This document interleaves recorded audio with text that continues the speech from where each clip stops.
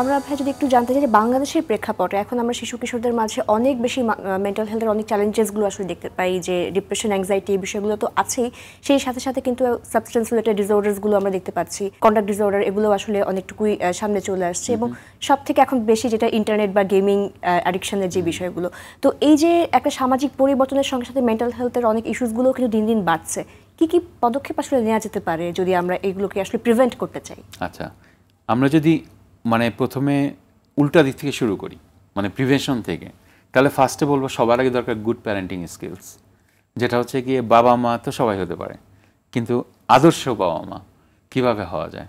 এখন আদর্শ বাবা মা হওয়ার জন্য সবার আগে জানতে হবে যে আমরা কিভাবে একটা শিশুকে তাদেরকে মানে মানসিক বিকাশ ঘটাইতে সাহায্য করতে পারি, বা কিভাবে আমরা তাদেরকে বাবা মা হিসাবে হেল্প করতে পারি। সো বিদেশের পরিপ্রেক্ষিতে ওদের ক্লাস হয়, প্যারেন্টিং ক্লাস বলে, প্যারেন্টিং বাচ্চা পেটে আসার পর থেকে ক্লাস শুরু হয়, ম্যান্ডেটরি। হ্যাঁ, ম্যাটারনিটিতে একটা ওই টাইমে অ্যান্টিনেটাল চেক আপের সময় কিছু ক্লাস থাকে, ওদেরকে আইডিয়া দেওয়া হয় যে তুমি মা হতে যাচ্ছ, মেন্টালি প্রিপেয়ার করা হয়।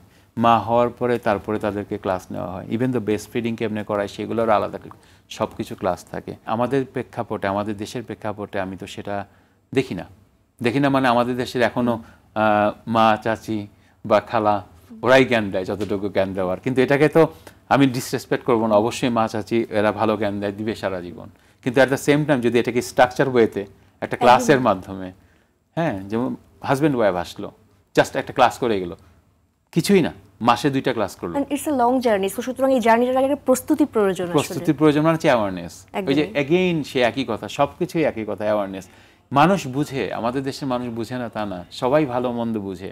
আর আমাদের দেশটা এখন ইন্টারনেটের যুগ, গেদা বাচ্চা 1 বছর থেকে 1.5 বছর থেকে শুরু করে ওরা এরকম করে নাড়ানো শিখে গেছে, আপনি খেয়াল করে দেখবেন হয়তো, মানে ওরা সব জানে। এবং ফোন ছাড়া খাবার খাচ্ছে না, এটা আমরা দেখছি, কারণ মাইন্ডফুল দেখা যায় ওখানে খাবার খাওয়ার সময় ওই টেবিলের সামনে দিয়ে রাখতেছে, টিভি ছাড়া খাবে না।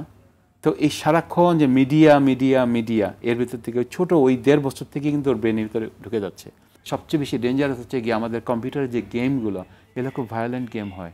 সবগুলোতে দেখবেন হয়তো কেউ বন্দুক দিয়ে মারতেছে, কেউ চাকু দিয়ে, সামুরাই দিয়ে মারামারি, গেমগুলো কিন্তু খুব ডেঞ্জারাস।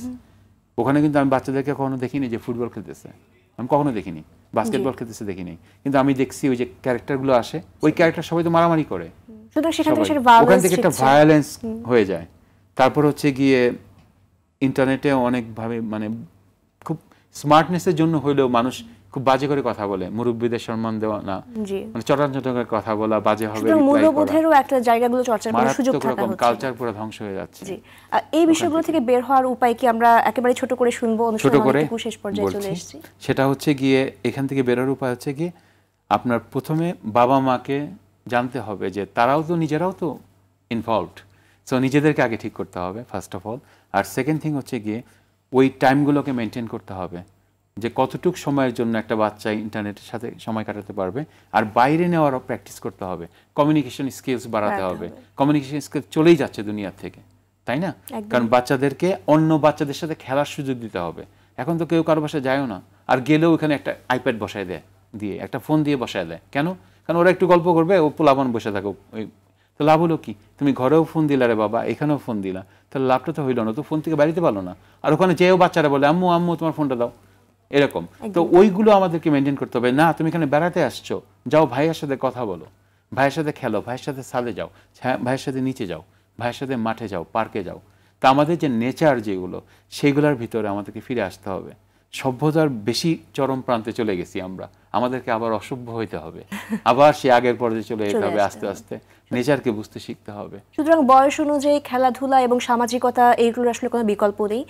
এই বিষয়গুলো অবশ্যই চর্চা করা প্রয়োজন। যেহেতু ভাই একেবারে শেষ পর্যায়ে চলে এসেছে, আমরা জানি যে আপনিও এখানে একটা প্রতিষ্ঠানের সঙ্গে যুক্ত আছেন এবং এই প্রতিষ্ঠানও দীর্ঘদিন মানসিক স্বাস্থ্য সচেতনতা বাড়াতেও অনেকটুকু কাজ করে যাচ্ছে, সেখানে ছোট্ট পদচারণা নিয়ে যদি একটু বলেন। আমি এতটুকু বলবো যে আমরা চেষ্টা করতেছি আমাদের বাংলাদেশে মেন্টাল হেলথটাকে, বিদেশ থেকে যতটুকু আমরা ট্রেনিং করেছি বা এখনও আমি চাকরি করতেছি, বিদেশেই মেনলি চাকরি করি, আমার ছোটো ভাই সাইকিয়াট্রিস্ট, তো আমরা এখান থেকে একটা সাইকিয়াট্রিক ট্রিটমেন্ট এবং ডি অ্যাডিকশন সেন্টার একটা করেছি, যেটার নাম অ্যাথেনা।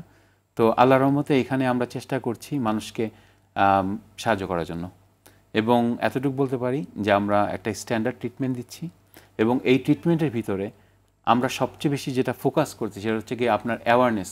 আমরা প্রায় চেষ্টা করতেছি, কারণ আমাদের কথা হচ্ছে যত বেশি প্রচার করব, মানুষকে বোঝাবো, তত বেশি মানুষ বুঝবে, রোগগুলোকে চিনবে, এবং ওরা চিনলে ওরা আসবে সাহায্যের জন্য, এবং আমরা সাহায্য করবো, এভাবে আগে নিয়ে যাব।